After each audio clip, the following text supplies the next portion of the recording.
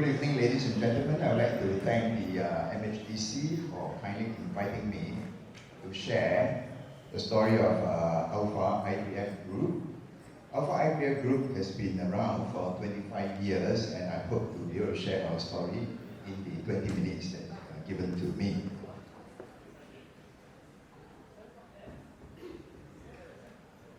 Where do I point? Okay, I got it. Okay, we started in 1994 in a little intermediate shop house that's only 1,050 square feet. That time we called ourselves Damansara Fertility Clinic because it was located in Damansara. Then 3 years later, we upgraded ourselves to a much nicer building, which was called Damansara Fertility Center. So from clinic it now becomes a center. And from that time, we started to produce many firsts in the country. We brought in many technologies. We also created quite a number of new technologies, including quite a number of world firsts. In 2008, we moved into a hospital, Tropicana Medical Center, and we were there for about 2 years before we moved on to our own center, which we then call ourselves Alpha Fertility Center. Alpha meaning first, and you will know during my sharing of the story why the word Alpha suits us very well.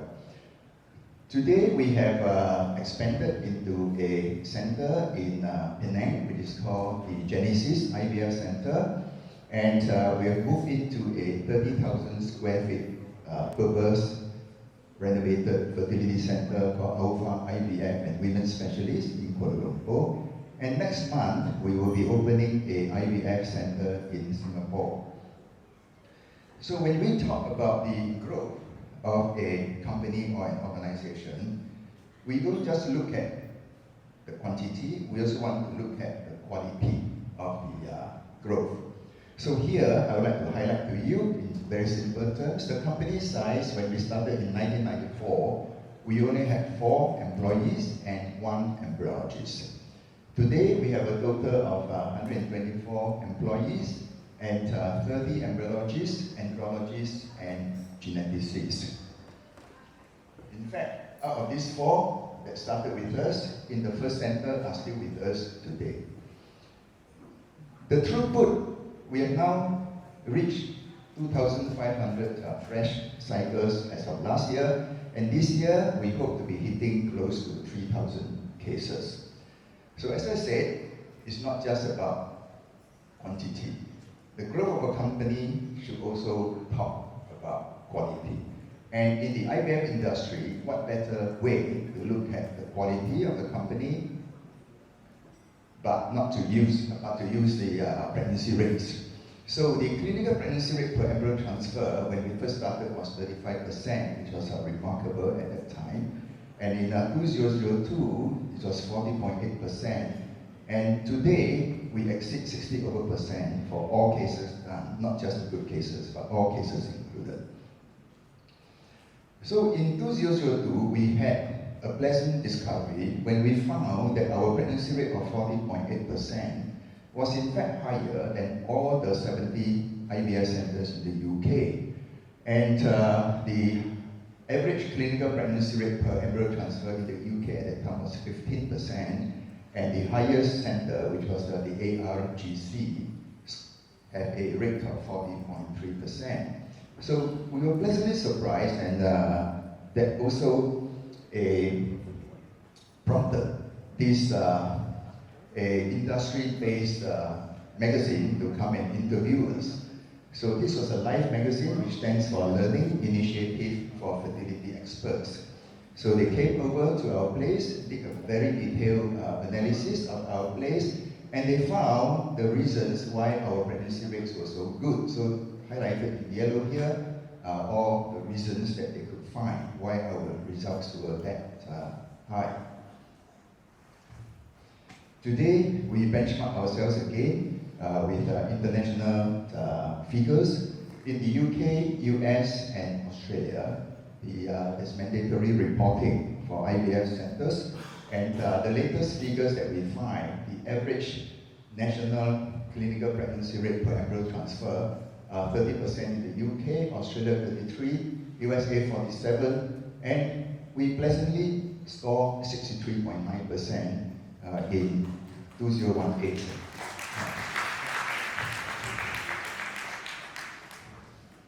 So the question is asked, how did we get such good pregnancy rates?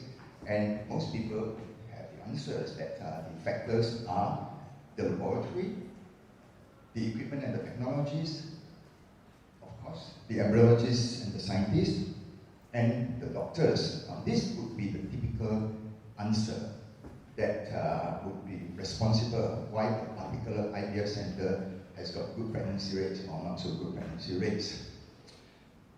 Beyond the laboratory, equipment and technologies, there is something else that is very important.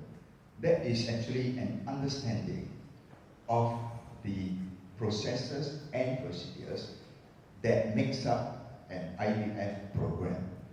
Notice that IVF is not a procedure. IVF is not a process. IVF is a program.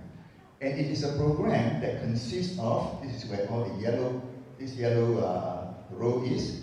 These are all the various procedures and processes that make up a IVF program.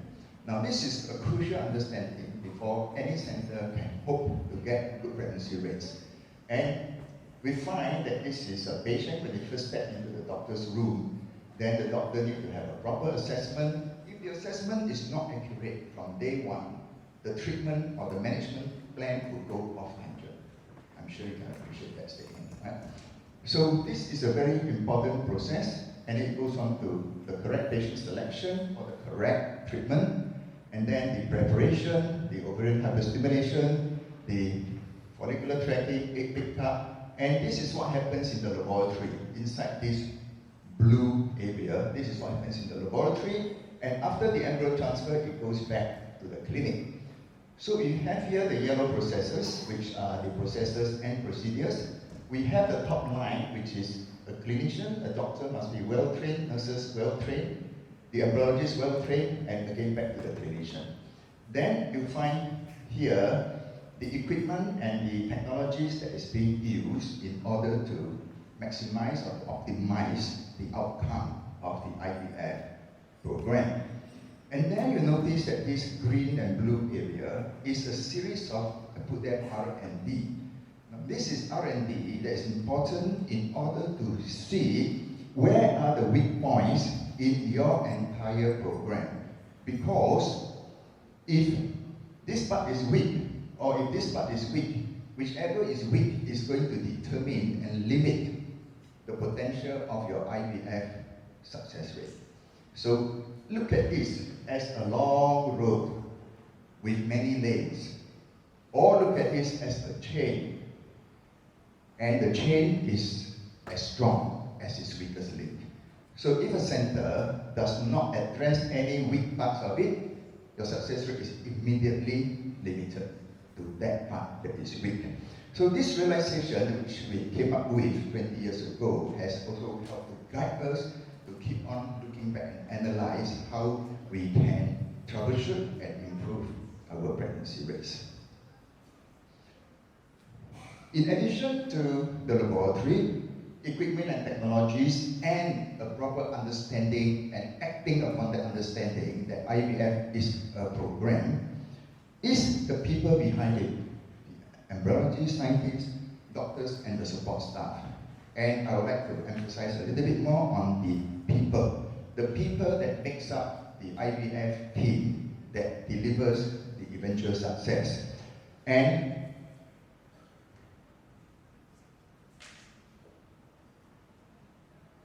okay, this team of people is very important that they have a good work culture. And this work culture is underpinned, and its foundation must be based on very good core values.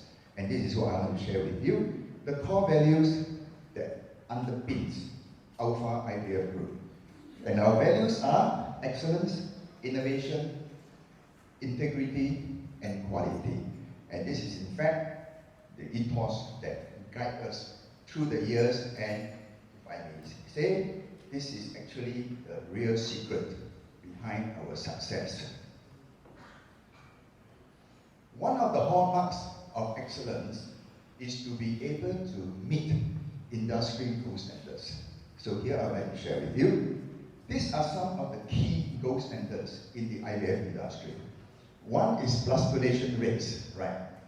How many % of your embryos will become blastocysts? It's a very good test on how good the IVF laboratory is.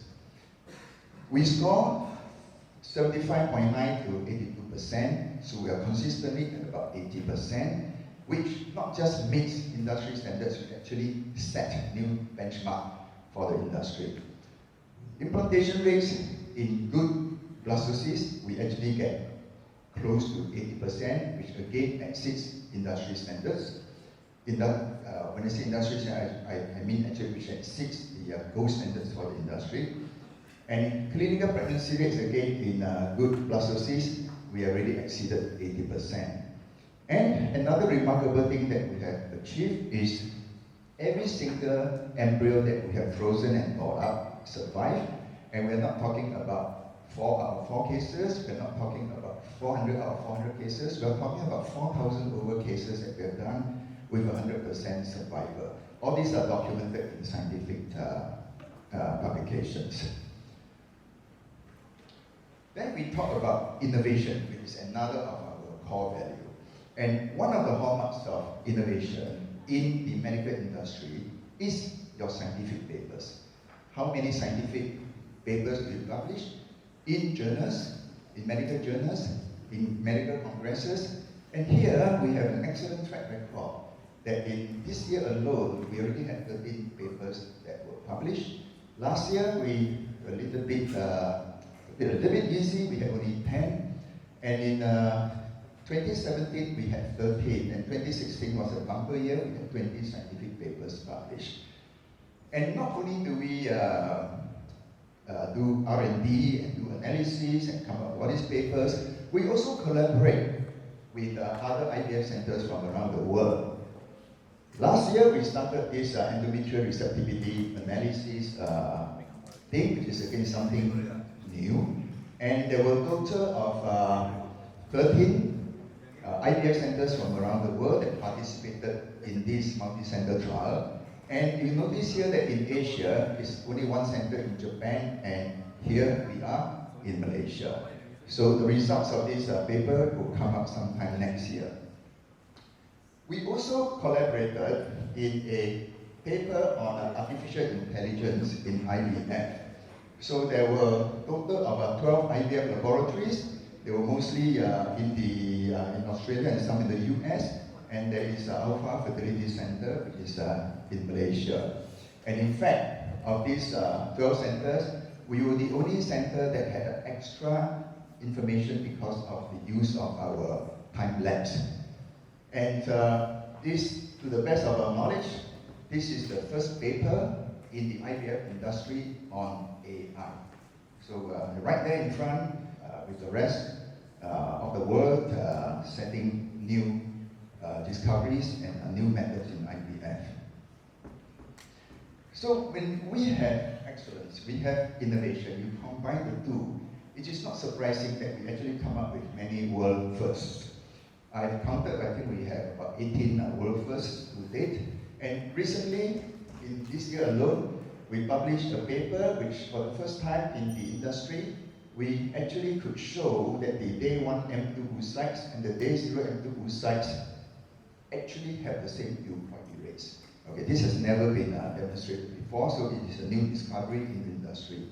And also this year, we showed that when we repeated freeze-thaw blastocysts, they still achieve the same pregnancy rates. Again, this has never been shown before. And last year, we started this thing, and this year it was published. We are now the only center in the world that can do the definitive testing of the blastocysts for HLA compatibility with a view to save the older brother or sister who is suffering from beta thalassemia or leukemia. 2017, we demonstrated that the use of this particular drug in frozen embryo cycle may improve the implantation and pregnancy rate.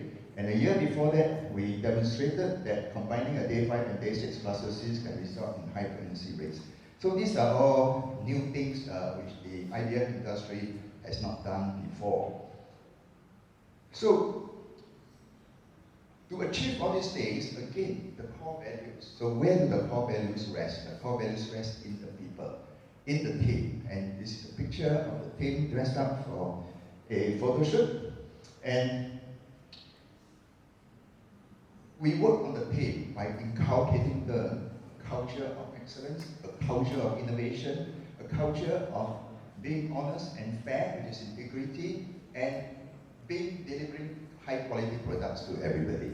So we have company trips. In company trips, we have to enhance togetherness, and we share with them some of these the visions and the work culture of the team.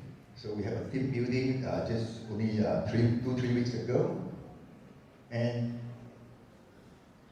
team discovery as well to find out what each team member's strengths and personality traits are and how they can work together. Okay, so we then see where they fit into whether they are more IQ, whether they are the MQ is more visionaries, the PQ are the one that delivers, EQ are the one that delivers with passion and with understanding and with empathy to the patients. So we then got together and analyzed all these results and found that, okay, how this is done is this, all the team members are asked to put in what describes best is their character or their personality trait, or what they value most. Okay. So they came up with all this, and then we analyzed it, that these are the top traits amongst our team. And from here we find that, you see the honesty here, kindness, fairness, reflects our core value of integrity. Here the curiosity, creativity reflects our core value of innovation. And we see that the rest, learning and all this, actually, it is a nice way for us to see that our team actually has got these core values to a large extent within them. And this, to me, is a happy moment because all the efforts that top management has been inculcating into the team with this kind of a work culture underpinned and animated by these core values, in fact, is working, and that the team now is able to operate on that kind of basis, and this will ensure that we'll continue to excel and to be successful. So these are four core values again, just want to show you. So before I end, I just want to show you this slide. Okay, this is our IVF group's scientific board. And those of you who are in the industry would recognize some of these people. We invited them to join our scientific board this year, and they agreed to join us. Now let me tell you what is the significance of this. First, we have a Professor Emeritus Bruno Lunenfeld. Okay, there's Merck people here, there are also other industry people here as well. Professor Bruno Lunenfeld developed Pergonal. Pergonal was the first injection to be used for human IVF. And after that came the other fertility injections. So basically, he is the father of fertility injections, meaning that every single patient in the world who has IVF done today using fertility injections owe it to this man. Okay? I asked him, would you like to we'd like to invite you to be a scientific director of Alpha IVF Group. He said, I'm so old, are you sure you want me? So I said, well, our Prime Minister can be Prime Minister at his age, so can you be our scientific advisor? So she said, fine. And he is not associated with any other IVF center in the world, only Alpha. Then Some of you will know Professor Alan Townsend. Many of you know who is Bob Edwards. So Bob Edwards is credited with the first IVF baby in the world. So Bob Edwards created Louis Brown in 1977. Louis Brown was then born in 1978. However, 4 years before Bob Edwards created Louis Brown, Alan Townsend actually created the first human IVF pregnancy. This was done in Melbourne, and unfortunately, the pregnancy ended up in a miscarriage. But yet, because he had the first IVF pregnancy, he is actually the pioneer of IVF. And not only that, he was also a pioneer of cryopreservation. He was the first man in the world that successfully froze an embryo, and he became pregnant, and other related technologies. He is also in our scientific board, and he is not associated or in any other IVF body, only with Alpha. Dr. John Keith was a pioneer in the training and certification of embryologists. Now, so important that anyone doing IVF, whether you're a doctor, you're a scientist, or whatever, must be well trained. This is the man who started it all. He was the co-creator of the first training manual for embryologists and the co-founder of the world's first association of clinical association of embryologists. So again, he is in our panel. And Dr. Kuwayama invented Kitazato and later Cryotech. So he is the current master world leader of cryopreservation.